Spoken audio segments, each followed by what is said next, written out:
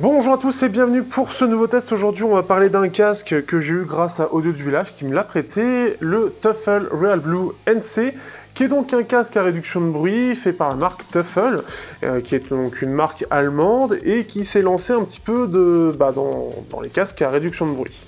C'est un casque qui est vendu 180 € à l'heure actuelle, alors on pourrait peut-être l'avoir un petit peu moins cher.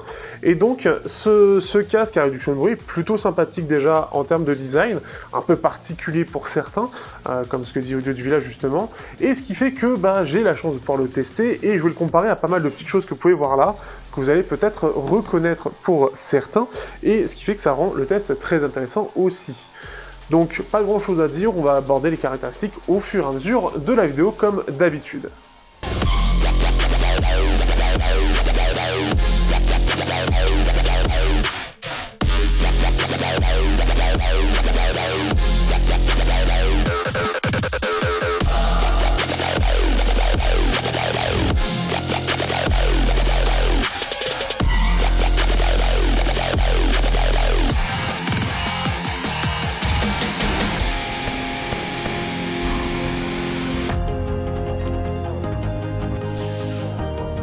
Au niveau du design, on a des choses sympathiques et des choses moins sympathiques. Alors tout d'abord, donc c'est du tout plastique avec des touches entre le gris et donc le noir. Il peut donc se replier comme vous pouvez le voir, c'est rotatif, donc pour l'instant pas grand chose de spécial. On peut voir l'intérieur au niveau des coussinets qui sont donc rouges. Les coussinets sont assez moelleux, assez agréables, un petit peu fermes, un petit peu plus que ce que j'ai tendance à sentir à l'heure actuelle sur d'autres casques. On a des boutons, donc le bouton Power et Bluetooth derrière, avec la LED entre les deux. On a de l'autre côté un switch pour ANC ou non, qui est activable quand il est éteint. Et on a une dernière chose, et une chose assez bizarre du coup, ça a voulu un petit peu cacher les ports jack et les ports, et d'ailleurs c'est chiant à ouvrir, les ports jack et donc micro USB, donc ça c'est un peu dommage. Et en fait ce qu'il faut c'est ouvrir directement, il faut ouvrir un cache ici pour y avoir accès. Ça fait très 10 ans de retard, j'ai envie de dire, puisqu'aujourd'hui, la plupart des casques, et même déjà il y a quelques temps, avaient toujours un petit peu, entre guillemets, assumé ce design. Ici, ils ont voulu les cacher, je sais pas trop pourquoi, surtout pour le chargement, c'est quelque chose qui reste pas hyper pratique là-dessus. Bon, ça fait partie du design, on va faire avec, c'est pas très grave, mais ça aurait pu être fait autrement. On est sur du circumoral, mais un petit circumoral, ce qui fait que c'est vraiment très proche de l'oreille, ce qui fait que selon comment vous le mettez, et même avec des lunettes, c'est quelque chose que j'ai pas tendance à avoir de problème avec ça, mais ici ça peut se sentir, et parfois sur quelques sessions, pas forcément très longues, on va dire 1 heure, bon, c'est pas très long, ça peut être un petit peu, comment dire, ça peut commencer à faire mal, donc c'est un peu moyen, et si vous avez des grandes oreilles, ça risque de faire mal, parce que ça risque d'appuyer sur les oreilles. C'est assez ferme, et ça tient bien sur l'oreille, ce qui peut ne pas aider justement à ça. Globalement après je le trouve assez propre, et plutôt joli, il fait assez compact. Si on compare à d'autres, on peut voir clairement qu'il prend moins de place. Ici, le Crusher Evo, ça donne un effet plus petit au casque qui peut peut-être être quelque chose que vous appréciez.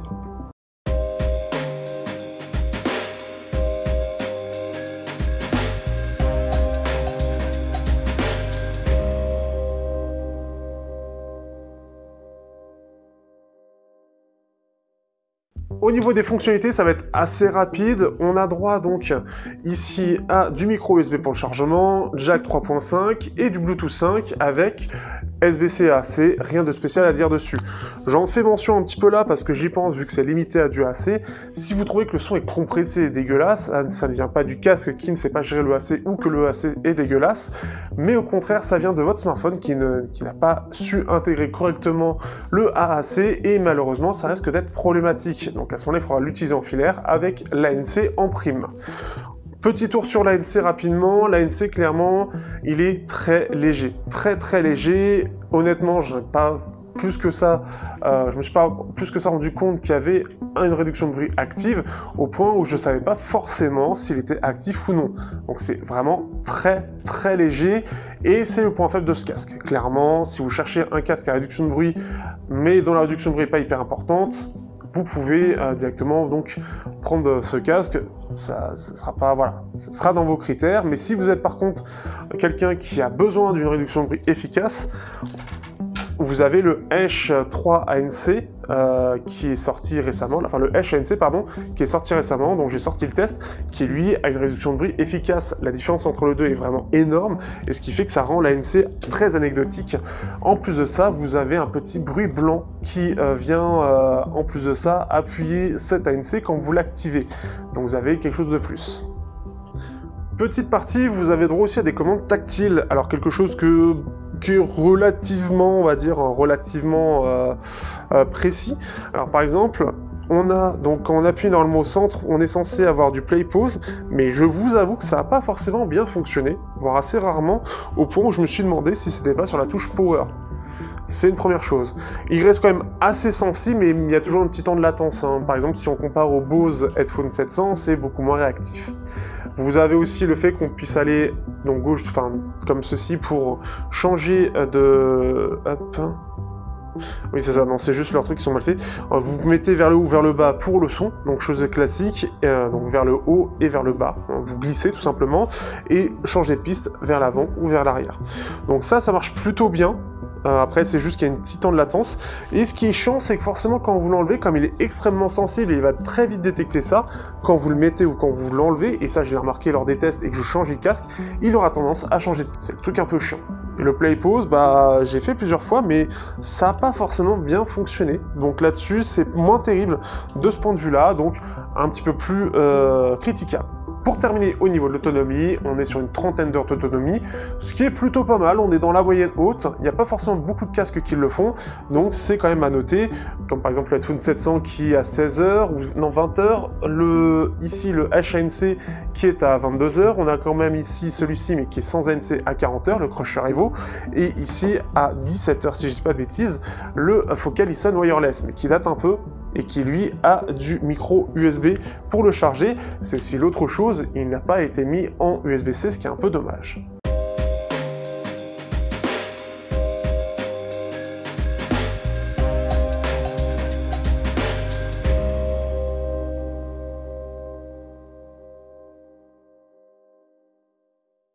Pour la qualité sonore, donc ici ce TUFL est plutôt équilibré en termes de son.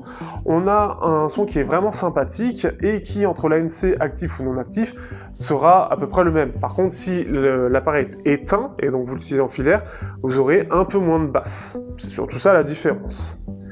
Ce qu'on va remarquer par rapport à la courbe, c'est surtout donc on a une petite préférence pour les basses, donc c'est assez logique aujourd'hui, surtout que c'est mobile, donc il faut un peu booster les basses, ça permet un peu de cacher les bruits aux alentours, par rapport donc justement à tout ce qui se passe, donc ça permet d'avoir un meilleur équilibre, parce que c'est quelque chose qui peut être bouffé par le quotidien, les voitures qui passent, etc., comme derrière moi, vu que ça donne sur la rue.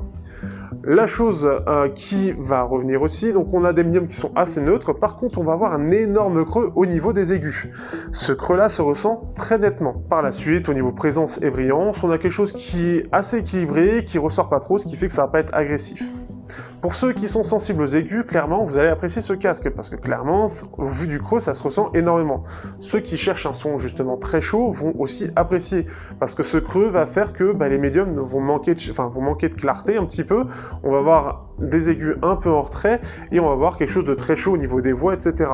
Ce qui fait que c'est un peu particulier, d'ailleurs on a un creux qui est plus gros que ce que propose le Focalison Wireless, ou d'ailleurs est plus étonnant que les Skullcandy qui pour le coup sont plus équilibrés, voire un petit peu plus en V pour le HANC, mais ce qui fait que ça se ressent très nettement sur certaines musiques, on va clairement avoir ce creux qui va être présent, et donc ces aigus qui vont être en retrait. Quand on passe d'un casque à l'autre, il y a clairement des instruments qui vont beaucoup plus ressortir sur d'autres casques, puisqu'ici c'est clairement, ce creux là est clairement présent, ça se ressent. C'est pas voilé, mais ça donne, c'est vraiment ce côté chaud, avec ses basses un petit peu en avant, ses aigus vraiment en retrait, ça peut être plaisant pour certains, mais ce qui fait que ça fait une écoute très douce et peu agressive pour ceux qui peuvent rechercher ça. On en parlera dans les comparaisons de toute façon. Ce qui fait qu'il est plutôt bien pour pas mal de styles, hein. Il arrive quand même globalement bien à gérer tout, la scène est plutôt large, les détails plutôt présents, un petit peu cassé donc par ce creux dans les aigus, mais ça reste relativement correct, hein. Face à d'autres casques, on en parlera juste après, ça se défend plutôt bien. Ce sera plutôt pas mal pour du métal, plutôt pas mal pour de l'électro, ce sera assez fun dans l'ensemble, ça peut manquer un peu justement de finesse pour tout ce qui est un peu dub ou de classique, donc là-dessus après ce sera à vous de voir sur ce point-là. Mais voilà, c'est plus pour des sons un petit peu fun pour le coup, que du coup il va être intéressant. Donc vraiment métal, électro, rap, etc. avec des voix chaudes qui sont agréables et dans l'ensemble quelque chose qui reste assez doux.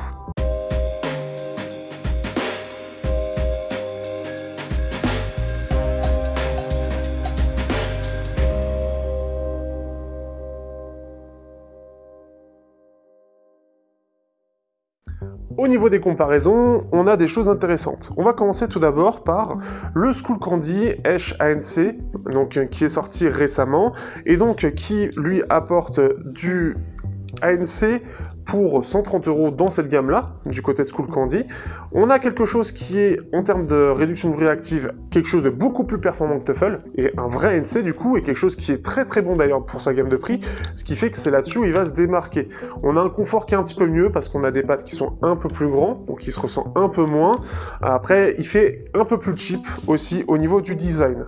Par contre, au niveau du son, on a quelque chose qui est plus équilibré, on a quand même plus de basses, mais on a aussi plus d'aigus, ce qui fait que ça va donner quelque chose d'un peu plus froid si on compare au Tuffle au niveau des voix, mais ça fait un petit peu plus neutre, juste quelque chose qui est surtout plus basseux et plus équilibré sur le reste, ce qui est assez étonnant encore une fois pour du Skullcandy qui pour moi n'a pas bonne réputation antérieurement à mes tests. On n'a pas ce creux aussi qui est aussi présent, ce qui explique aussi le fait qu'on a quelque chose qui est un peu plus clair. On a un son qui est un petit peu en V avec des aigus légèrement plus en avant, mais surtout un peu plus de basse. On a le Focal Listen Wireless qui lui n'a pas de réduction de bruit, mais une réduction passive qui est excellente à partir de 1 kHz, qui est vraiment excellente. On a un très bon maintien sur la tête et il est très confortable. Il fait assez qualitatif, mais on sent qu'il vieillit un peu face au Tuffle qui semble un peu mieux au niveau design. Ici, il fait vraiment très, voire un peu trop plastique du coup, mais le son est toujours aussi bien. On a un son qui est d'ailleurs assez similaire, avec des basses qui sont un peu plus poussées du côté de Tuffle, mais aussi le fait que justement, on n'a pas un aussi gros creux dans les aigus. Par contre, il semble un petit peu plus chaleureux et naturel du côté du Tuffle. Ici, c'est un petit peu plus aigu, mais on sent qu'il a un petit peu de vieillesse avec le temps, et les aigus sont un petit peu plus, on peut le dire, acides. Je vois pas d'autres termes, mais un petit peu plus agressif, un petit peu plus métallique que les Tuffle. Mais avec le Tuffle, avec ce gros creux, ça peut aussi éviter ce problème-là justement. Reste que le Focal reste toujours excellent face au Tuffle sur de nombreux points. C'est toujours intéressant à voir, mais voilà. Au bout de 5 ans, on sent qu'il y a plein de petites choses qui fait que, par exemple, au niveau des contrôles, etc., c'est un peu moins bien. L'avantage aussi, c'est que pour le coup, lui, il a du aptX, donc il n'aura pas ce problème de AAC cité précédemment dans la partie fonction. Pour finir, le Skullcandy Crusher Evo. C'est une gamme, donc j'avais eu le Crusher ANC qui est actuellement en utilisation devant moi, mais j'ai aussi le Crusher Evo qui lui est sans ANC du coup, avec une basse qui est un peu plus, on va dire, surround, un petit peu plus orientée sur les très très basses fréquences, donc assez fun mais plus discrète du coup que le Crusher ANC. Ici, on a le même confort que le Esh Evo, mais un petit peu mieux. On a des coussinets d'un peu meilleure qualité, un arceau qui est bien meilleur aussi, une qualité de construction aussi qui est bien meilleure, et qui pour le coup, face au Tuffle, se défend vraiment très bien. Il y a vraiment un design intéressant, mais il fait plus gros et plus lourd par contre. Ce qui est intéressant, c'est qu'on a quelque chose de beaucoup plus équilibré du côté du Crusher, donc plus détaillé aussi du coup, avec, on n'a pas du tout ce creux qui est présent, on a vraiment quelque chose de vraiment sympathique, vraiment presque neutre. Ce qui est sympathique du côté du Crusher, c'est qu'on peut gérer cette basse, et c'est là toute la différence par rapport à tous les casques du marché, ce qui fait que je l'apprécie beaucoup, en plus d'avoir ses 40 heures d'autonomie, donc il en a un peu plus, et une bonne, de base, une bonne isolation passive. Ce qui fait que la basse est vraiment bien gérée, je vous conseille de regarder le test, donc on peut avoir quelque chose de moins basseux à plus basseux que le Tuffle, mieux équilibré. Donc c'est assez cool, et je le préfère en soi, après tout dépend de ce que vous cherchez. Encore une fois, là où le Tuffle va se démarquer, c'est pour ceux qui sont sensibles aux aigus, et ceux qui préfèrent avoir un son chaleureux, un petit peu plus basseux, mais avec des aigus en retrait pour diverses raisons, que ce soit selon les styles que vous écoutez ou selon tout simplement votre sensibilité aux aigus. Ce qui fait qu'il est quand même assez équilibré avec donc ce creux qui va permettre d'avoir globalement un son qui est plus chaleureux que ses concurrents, plus doux, moins agressif, et donc ce qui fait qu'on pourrait pousser un peu plus le volume sans vous péter les tympans sur certaines musiques qui vont un peu trop pousser sur les aigus. C'est surtout sa, entre guillemets, principale qualité, mais ce qui fait que derrière, ça va manquer un peu d'aigus, et la scène reste plutôt bonne, puisqu'au niveau de présence et brillance, on a quelque chose qui reste à peu près au même équilibre, ce qui permet d'avoir quelque chose qui reste plutôt large et plutôt bien détaillé, mais on sent clairement que certains instruments, même sur de l'électro, vont être un peu trop en retrait. J'aurais pas fait un creux aussi gros du coup. Mais ça va être un peu trop en retrait, et ce qui fait que ça va clairement ressortir sur d'autres casques. On a quelque chose qui est équivalent en termes de détail, mais bah voilà, beaucoup plus en retrait, puisqu'il y a ce creux. Ce qui fait qu'après, ça va vraiment être un choix, mais si je devais choisir, je pense que ce serait plus le Crusher Evo face à lui, dû à ses basses qui peuvent changer, l'ANC n'ayant pas un énorme impact sur derrière en fait la réduction de bruit globale, le Crusher Evo est une très très bonne alternative. Tout dépend selon ce que vous cherchez. Et sinon le HANC pour le côté justement réduction de bruit principalement, un peu plus de fun, mais un vrai ANC du coup, et ce qui fait que ça fait mal, il est sorti il y a quelques mois, mais face au TUFFEL, bah, il est clairement meilleur, il est largement dessus, et c'est ça aussi un peu la différence, c'est là où ça pique un peu.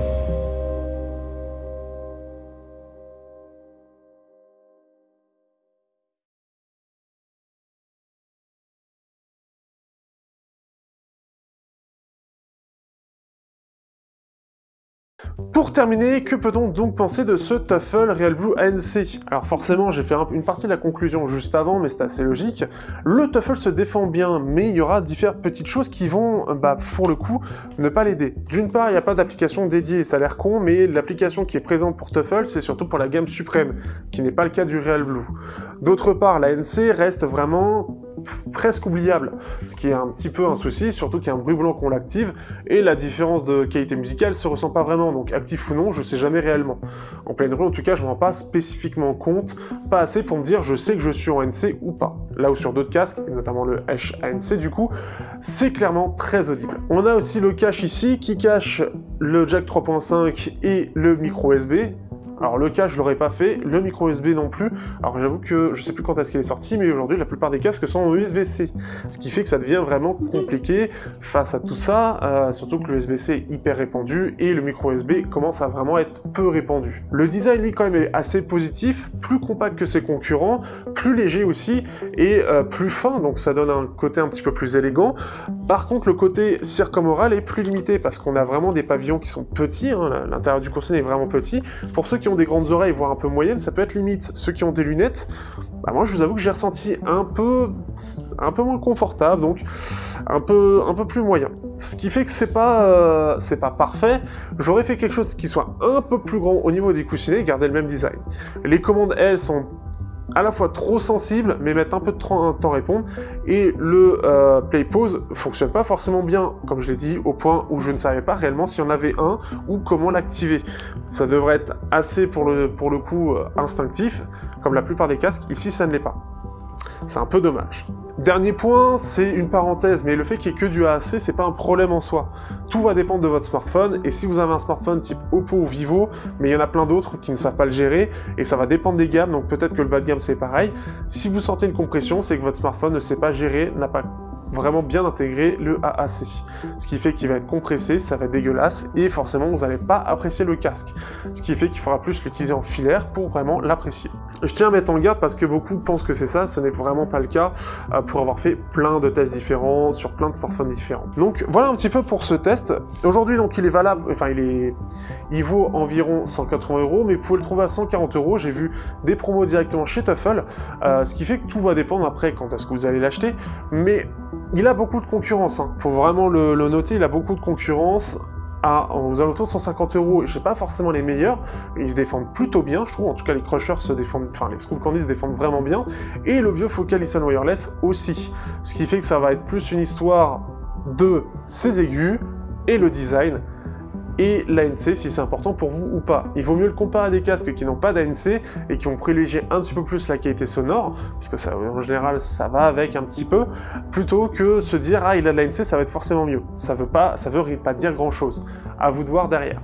Sur ce, j'espère que vous aurez apprécié ce test et on se dit à bientôt pour un prochain test sur Teknoid.